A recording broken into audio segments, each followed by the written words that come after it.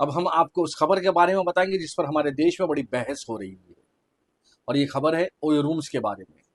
आप थोड़े हैरान हो गए होंगे जब मैंने ओयो रूम्स का नाम लिया, क्योंकि हमारे देश में आज भी, हमारे समाज में जब ओयो रूम्स का नाम लेते हैं तो लोग चौंक जाते हैं। ओयो रूम्स ने अपने एक नए फैसले में कहा है कि अब गैर शादीशुदा कपल्स को उसके होटल्स में रूम लेने की अनुमति नहीं दी जाएगी। और इस फैसले में यह भी लिखा है कि ओयो होटल्स जाने वाले सभी कपल्स को अब अपना रिलेशनशिप का सबूत, रिलेशनशिप प्रूफ दिखाना होगा, और अगर वो ऐसा नहीं करेंगे तो उनकी बुकिंग को रद्द कर दिया जाएगा। यानी अब अगर कोई कपल्स ओयो रूम लेता है तो उसे पहले साबित करना होगा कि वो शादीशुदा है, वो पति पत्नी है, तभी ये रूम दिया जाएगा। ये फैसला फिलहाल उत्तर प्रदेश के मेरठ शहर के लिए लागू किया गया है, और इस कंपनी का कहना है कि देश की बाकी राज्यों और शहरों के होटल्स पर इस नई पॉलिसी का प्रावधान अभी लागू नहीं होंगे। लेकिन अलग अलग मीडिया रिपोर्ट्स में यह दावा किया गया है कि कंपनी दूसरे शहरों के ओयो होटल्स में भी इसी नियम के तहत गैर शादीशुदा कपल्स की एंट्री पर रोक लगाने वाली है। अभी लगाई नहीं है, पर लगा सकती है। और इसी को लेकर हमारे देश में एक नई बहस छिड़ गई है। बहस यह है कि क्या गैर शादीशुदा कपल्स को अब होटल्स में बुकिंग नहीं मिलनी चाहिए। कुछ लोग इस फैसले के साथ है और इसे भारतीय समाज के लिए एक जरूरी कदम बता रहे हैं, जबकि समाज का एक वर्ग ऐसा भी है जो इससे हमारे संवैधानिक अधिकारों का हनन मानते हैं। उनका कहना है कि ये लोगों की पर्सनल फ्रीडम पर हमला है और अदालतों को इसमें हस्तक्षेप करके इस फैसले को रद्द करना चाहिए। इस बहस का निष्कर्ष समझने से पहले आपको दो बातें जरूर जाननी चाहिए। पहली बात, ये फैसला उत्तर प्रदेश के मेरठ शहर में ही क्यों लागू हुआ। मेरठ कोई ऐसा शहर नहीं है जहां लोग दूसरे राज्यों से घूमने के लिए बड़ी संख्या में आते हो, टूरिस्ट आते हो और वहां ओयो होटल्स में बुकिंग करते हो। मेरठ में पिछले दिनों पुलिस ने ओयो के कुछ होटल्स पर छापेमारी की है, जिसके बाद स्थानीय लोगों ने इस मुद्दे को वहां कंपनी के सामने उठाया और स्थानीय लोगों ने ही इन होटल्स का विरोध किया। बाद में कंपनी ने मेरठ को लेकर यह नया नियम बना दिया कि वहां गैर शादीशुदा कपल्स को अब होटल में रूम नहीं मिलेंगे। इस फैसले के पीछे एक और कारण है, ओयो कंपनी की अपनी छवि। हमारे देश में इस कंपनी को लेकर सोशल मीडिया पर भद्दे और आपत्तिजनक मजाक किए जाते हैं, मीम्स बनाए जाते हैं और कहा जाता है कि ओयो होटल समाज को गलत दिशा में ले जा रहा है। और उस मुद्दे को लेकर ओयो होटल्स के खिलाफ कई शिकायतें भी की गई। इनमें एक शिकायत मेरठ के सामाजिक संगठनों ने भी की थी, जिसमें कहा गया कि ये कंपनी सामाजिक संवेदनशीलता के खिलाफ पश्चिम देशों की संस्कृति को यहाँ बढ़ावा दे रही है। और छोटे शहरों में इसी तरह के होटल्स खुलने से समाज के जो युवा के खास तौर पर और समाज के लोग वो गुमराह हो रहे हैं। ओयो रूम्स का दुरुपयोग हो रहा है, जबकि ओयो कंपनी इन आरोपों से इनकार करती है। इस कंपनी के फाउंडर रितेश अग्रवाल ने हाल ही में एक इंटरव्यू में कहा कि उनके होटल्स की छवि को गैर शादीशुदा कपल से सोशल मीडिया पर जोड़ दिया गया, जबकि ये सरासर गलत है और होटल्स ऐसी संस्कृति को बढ़ावा नहीं देते। और अब लोगों के बीच ओयो होटल्स की छवि को बदलने के लिए मेरठ से यह नया प्रयोग शुरू हुआ है। और आज सवाल इसी बात को लेकर है कि ये फैसला सही है या ये फैसला लोगों के संवैधानिक अधिकारों का हनन है। असल में इस फैसले के दो पहलू हैं, जिनमें पहला बड़ा पहलू है सामाजिक पहलू, दूसरा पहलू है सामाजिक और आपराधिक।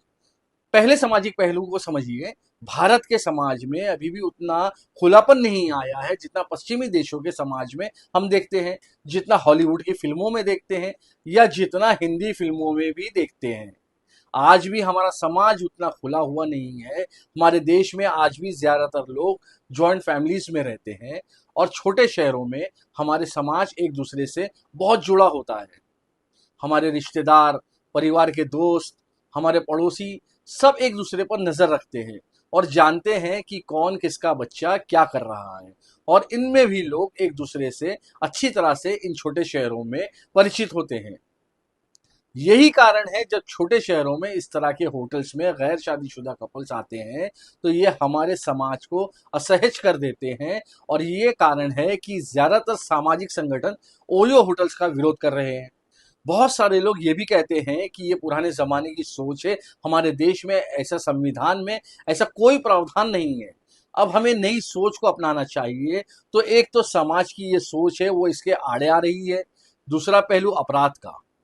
हमारे देश में इसी तरह के कई घटनाएं हुई है जिसमें ओयो होटल्स में जाकर गैर शादीशुदा कपल्स ने कभी आत्महत्या कर ली है, या वहां किसी लड़की ने अपने साथ रेप होने की आरोप लगाया है।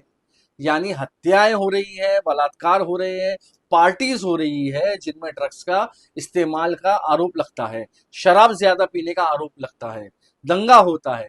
कुछ समय पहले दिल्ली में एक घटना हुई थी जहां एक पुरुष ने अपनी महिला पार्टनर की हत्या कर दी थी। और इन घटनाओं से पता चलता है कि इन होटल्स में जो कुछ हो रहा है उसके पीछे एक बड़ा आपराधिक पहलू भी है। हालांकि इन आपराधिक घटनाओं के बाद भी बड़ा सवाल यही रहेगा कि क्या सभी गैर शादीशुदा कपल्स के लिए होटल में पाबंदियां लगाना सही हो सकता है। और अगर किसी स्थान पर, किसी होटल में, किसी रूम में कोई अपराध हो रहा है, कोई ड्रग्स की पार्टी चल रही है, तो ये काम पुलिस का है कि वो इस अपराध को रोके, ना कि गैर शुदा शादी कपल्स को इन होटल में जाने पर रोक लगाने से इसका कुछ होने वाला है। हमारे देश के ऐसे कपल्स जब पार्क में जाते हैं या किसी सार्वजनिक स्थान पर जाते हैं तब उन्हें देखकर लोग, अक्सर दूसरे लोग परेशान होते हैं, उन्हें भी परेशान किया जाता है। और जब वो बालिग होते हैं, एक दूसरे से सहमति से, एक दूसरे की सहमति के साथ होटल्स में जा रहे हैं, तो इस पर भी अब पाबंदियां लगाई जा रही है। और इसका बड़ा कारण ये है कि हमारा समाज अभी एक बहुत बड़े परिवर्तन के दौर से गुजर रहा है। और जब कोई समाज परिवर्तन के दौर से गुजरता है तो वहां इस तरह की चुनौतियां और सवाल जरूर समाज के सामने आते हैं। पश्चिमी देश इस बदलाव से बहुत आगे निकल चुके हैं, वहां ये बदलाव पूरे हो चुका है। वहां एक ऐसी संस्कृति आ चुकी है जो स्थापित है और जो वहीं के समाज को असहज अब बिल्कुल नहीं कर, चाहे लिव इन रिलेशन हो या इस तरह होटल्स में जाना हो। लेकिन भारत में अभी बदलाव का ये दौर चल रहा है, ये पूरा नहीं हुआ है चक्र। और यही कारण है कि ऐसे फैसलों को लेकर हमारे यहाँ विवाद भी, और हमारे यहाँ एक वर्ग है जो असहज हो जाता है। और कई बार हमारे समाज की जो मान्यताएं होती है, हमारी जो पारिवारिक मान्यताएं होती है, वह हमारे संवैधानिक अधिकारों के साथ टकरा जाती है। क्योंकि संविधान कुछ और कहता है और हमारी जो पारिवारिक मान्यताएं होती है, हमारी पुरानी जो संस्कृति होती है, हमारे समाज की जो सोच समझने का तरीका होता है, वो कुछ और कहता है। और इस मामले में भी बिल्कुल यही हो रहा है। मेरा नाम है मलिक फरीदी और आप देख रहे हैं खबरें एक्सप्रेस।